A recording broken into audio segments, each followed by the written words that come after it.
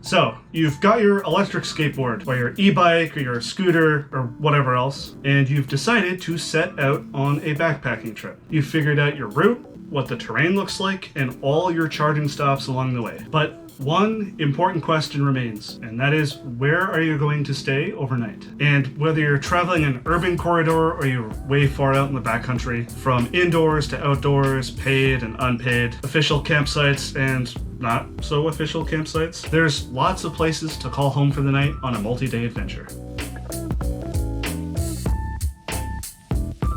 Because you have the added challenge of having to charge your battery, the best type of overnight setup is one where you can charge your battery overnight. Places like campgrounds that have electrical power or any sort of roofed accommodations will let you charge your ride back up without having to set time aside to do that before arriving at your overnight location or the morning after. And this is especially important on high-speed, low-drag type trips where you're trying to do as much daily distance as possible. If you can't set up with on-site access to power, try and at least be reasonably close, as if you have to charge at the end of the day, it might be dark before you get to camp, or if it's first thing in the morning, you can try and get a charge in before the rest of the world wakes up and gets their day started. As well, especially with places that have a limited number of spaces, like motels and drive-up campgrounds, you might not be guaranteed a spot, so I highly recommend having at least 2 to 3 potential places to stay at the end of a given day. And with that out of the way, let's get into the actual different types of places you can potentially stay overnight. And there's 2 categories. There's indoor, which is your roofed accommodations, and outdoors camping. First up is wild camping. Basically, camping outside of your usual designated campsites in the backcountry. Crown land is usually the go-to. You guys in the States know it as BLM land. Government-owned land that is allowed to be used recreationally for things like camping, hunting, fishing, etc. Some national and provincial parks may also allow this too, but a lot of them require you to camp on designated campsites. Usually, but not always, you can camp on Crown land or BLM land for free with no permit required, whereas with parks, you generally do need some sort of permit. Wild camping will generally be an option if your route passes through a park, or if you're in really rural areas where Crown land is accessible on or near where your route takes you. The downside is that these sorts of areas tend to be rather remote, far and away from potential charging spots. However, you do get a lot of privacy, and you can set up a campfire if there's no burn ban,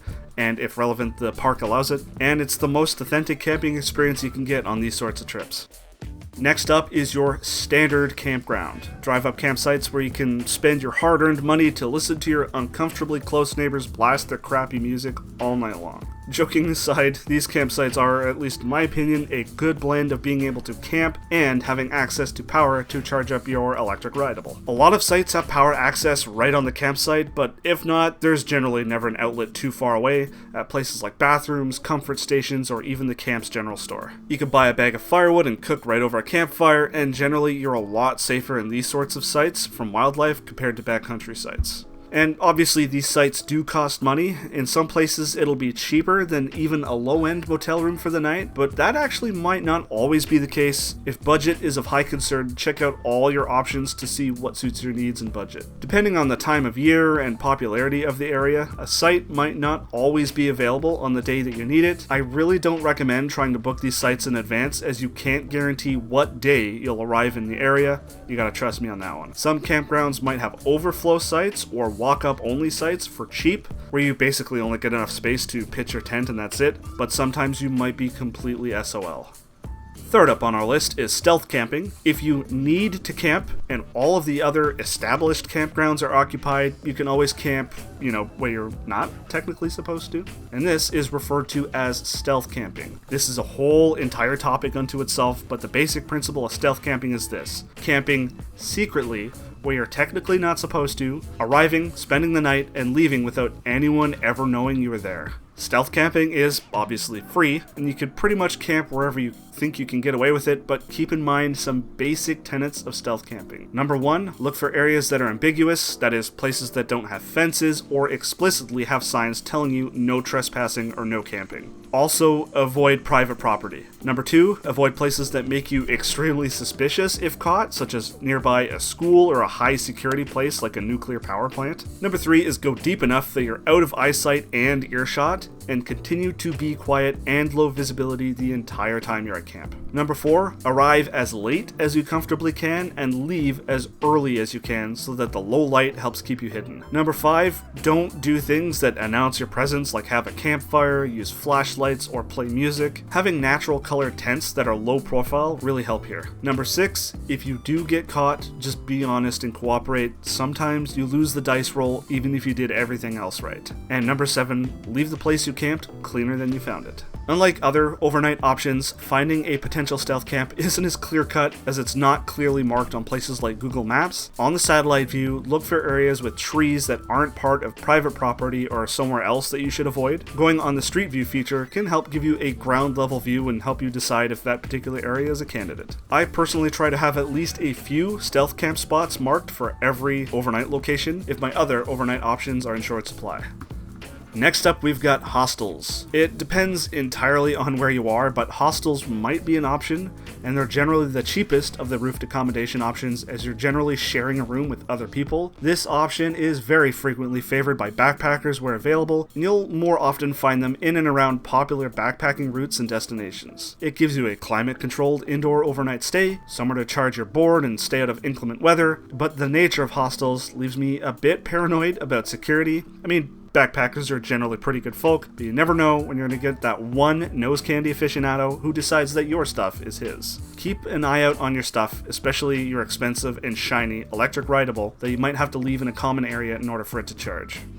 Then, of course, you've got motels and hotels. I lump them in together because there's not too much difference between them aside from cost and luxuries. Your budget is your budget. It's your call on which of the two you prefer, but both options will basically give you your own private room with space to spread out, relax, charge all your stuff, shower, have access to Wi-Fi, and give your poor cell data a break, and are generally located near amenities needed for things like resupply or outdoor gear replacement. You can also take the night off the camp food and enjoy a nearby restaurant or pub if it's in your budget. I know a lot of us, myself included, like being out in the woods on a backpacking trip, but it's nice to take the easy route once in a while. It's really good for morale, if not the wallet.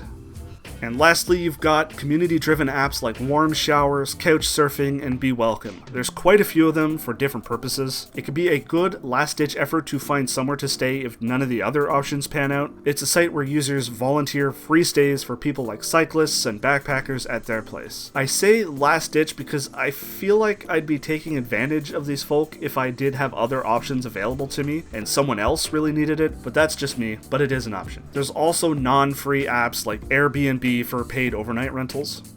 As I talked about in a previous video, a good plan is to break up the entire trip into multiple legs, with each leg representing no farther than you can get on a single charge, with the end of each leg, and the start of the next, representing a charging stopover. At the end of every leg, look for areas nearby to fill out a list of options. I advise having at least 2 to 3, and in different categories as well, so like 1 to 2 stealth camps, a few nearby motels and their prices, and if there's one nearby, a campground. You never know if your stealth camp spot is going to wind up being a no-go, or the hotel you are eyeing winds up having no rooms available. I use Google Maps for all of my planning, and it's really good to see all of what's nearby, including pricing and reviews. Apps for WarmShowers and Airbnb are pretty straightforward to use if you go that route, but there's also apps like iOverlander that have people populate known places to camp, including wild, stealth, and official campgrounds.